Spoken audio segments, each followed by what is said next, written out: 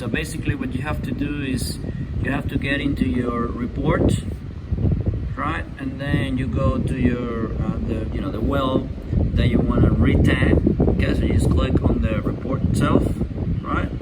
So you can see you got your information of the GPS coordinates in there.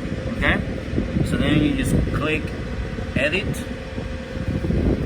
and then you got the option as adding more notes, adding more photos, or changing the coordinates.